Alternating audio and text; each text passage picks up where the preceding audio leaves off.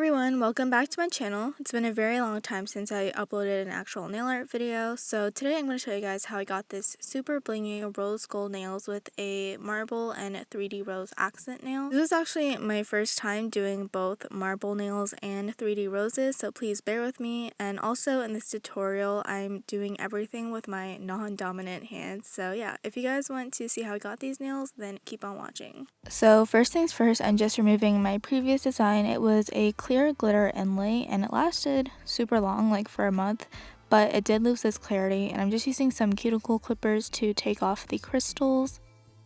And then I'm taking a coarse sanding band and just filing off the remaining product. I did go ahead and clip a lot of the length off with some nail clippers. Because my cuticles were really disgusting, I was really going at it with a metal cuticle pusher. Usually I use my Sally Hansen cuticle remover gel, but I couldn't find it that day for some reason. And then I'm going in with a nail dehydrator and acid-free primer on some clean, lightly buffed nails, and this just helps with preventing lifting. After that, I'm going in with one thin layer of a gel base coat just so that the polygel has something to stick onto, and I'm going to cure it according to my lab instructions. For the polygel extensions, you'll obviously need some polygel, rubbing alcohol, and a tool that has a scraper and a brush. Here are some clear dual form tips which are made out of special plastic that doesn't stick to the gel, and make sure when you size them that they fit from sidewall to sidewall.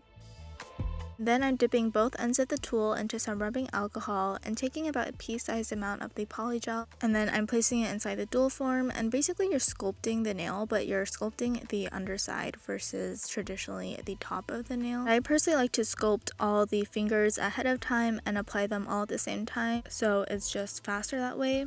And now I'm just placing them onto the nail, and you want to make sure you press gently enough so it covers from sidewall to sidewall and your cuticle area, and that there is no gap between the natural nail and the polygel.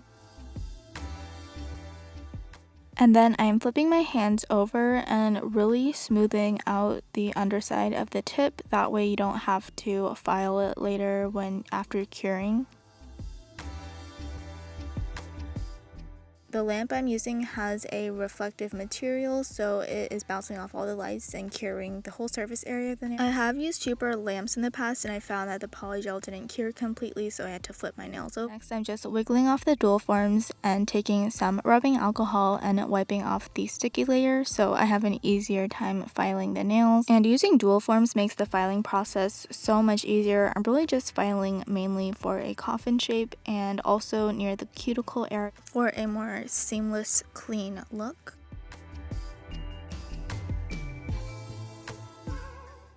And since I like the nude color, I just went ahead with a gel top coat on my index and pinky finger, cured it, and then took this rose gold holographic powder and rubbed it into my nails.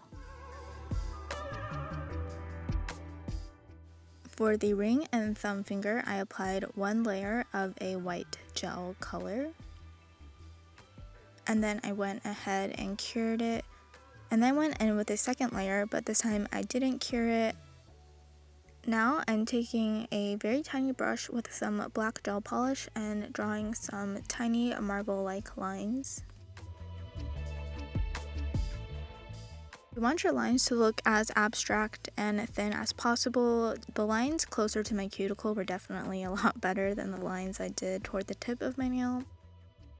Anyways, I'm taking another brush dipped into some rubbing alcohol, and I'm just spreading out the lines so it looks more like a marble stone.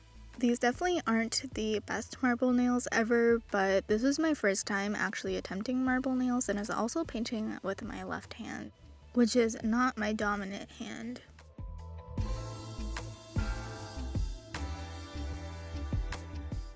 After the rubbing alcohol has evaporated, I'm going to go ahead and cure the gel, and then rub off the sticky layer with some rubbing alcohol again, and then I'm going to take a black Sharpie and just gently trace the lines I have already created. And then once again, you want to take a brush with alcohol, but this time you want to make sure your brush is really saturated, and go ahead and just blend and feather out all the Sharpie marks. The Sharpie ink just gives the design a lot of dimension and makes it look a lot more realistic. And then I'm taking a bit of the rose gold powder from earlier and mixing it in with some gel top coat and tracing the lines I had made earlier just to give some nice rose gold accents to the design.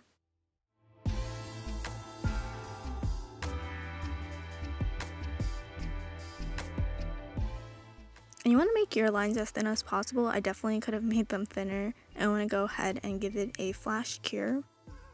And then taking some rose gold striping tape and placing it in the center. You want to go ahead and trim the tape right before the end of the nail, and you just want to leave some allowance to prevent lifting. Next, I'm taking some rose gold crystals and some jewelry gel, and I'm applying it in a V-like formation near the cuticle area. Then I'm taking a large crystal and applying it at the base. Then I'm taking 2 medium-sized crystals and applying it right below the large one, and then I'm taking a small one and applying it like so. And I did the rest of the crystals off camera, but I put 2 even smaller ones next to the large crystal. Here I'm going in with some rose gold beads and attaching it to the edges of the crystals. I just find this adds a nice finishing touch and it mimics the look of prong settings and jewelry. And here I'm going in with a very thick layer of gel top coat to make sure the tape doesn't peel off. For the index finger, I decided to go for a super blinged out nail, so I'm applying the jewelry gel around the perimeter of my nail. And then I'm taking the champagne crystals because I didn't have a small enough size in my rose gold crystals, but I found it matched nicely with the rose gold chrome I had on. Anyways, I'm just taking a small size crystal and applying it around the border of the nail. The nice thing about jewelry gel is that it doesn't dry until you cure it, so you have time to adjust the placement.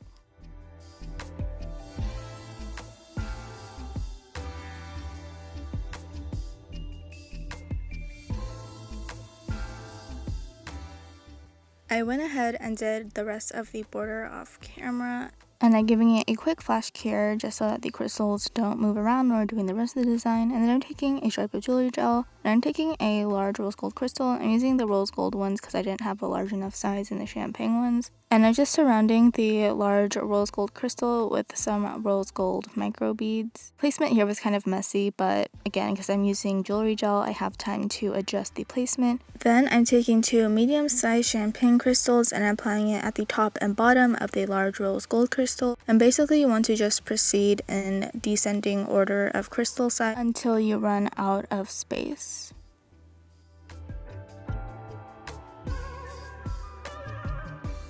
Next, I'm taking some gel top coat and I'm taking it on a tiny brush, and here I'm just filling in the crevices of the micro beads and crystals. That way they last a lot longer and it won't get caught on your hair and stuff. My pinky finger, I used silver crystals and I did 3 descending sizes with a rose gold micro bead border. For the middle finger, I'm doing some 3D roses. So I'm taking some white acrylic powder, some 3D nail art brushes, and obviously monomer, and I'm actually adding some drops of acetone into my monomer. I just find it makes sculpting a lot easier. And just a disclaimer, I am not a certified nail tech, nor am I a nail expert. I just watched a couple of videos on how to do this, and this was only my second attempt doing 3D roses, also doing it with my non-dominant hand. But anyways, as you saw earlier, I took a very small bead of acrylic and I'm just spreading it out with a brush into a rose petal like shape.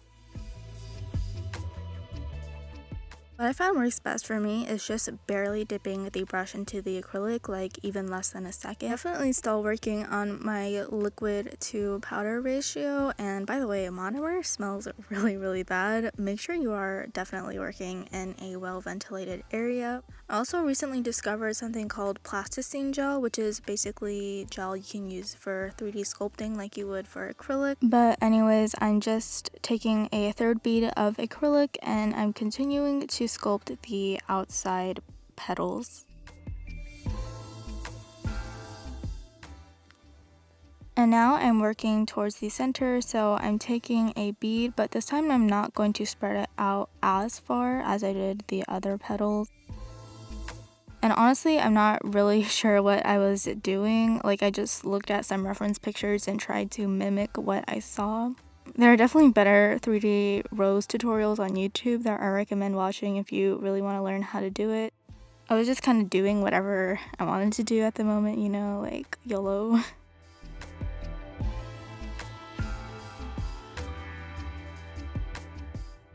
And because I kind of messed up the center, I took some scissors and just poked a hole towards the center because the acrylic hadn't fully dried yet. And yeah, that is my first rose. It's not terrible, but it's not the best either. Went ahead and did a second rose off camera just because it's not the easiest to do your nails at this camera angle. But anyways, I'm taking a super small bead of acrylic and shaping it into a leaf. I'm just using the very tip of the brush to shape it. And then I decided to add 2 more leaves next to the bigger rose.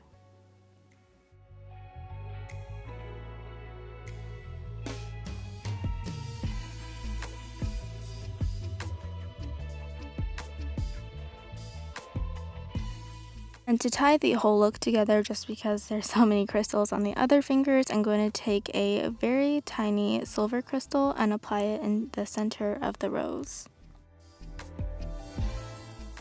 And this is the completed nail look. Once again, I am not a nail technician or nail expert. I just do my nails for fun, but I absolutely fell in love with this set. Thank you guys so much for watching this video. Please comment, rate, and subscribe, and I'll see you guys in the next video. Bye!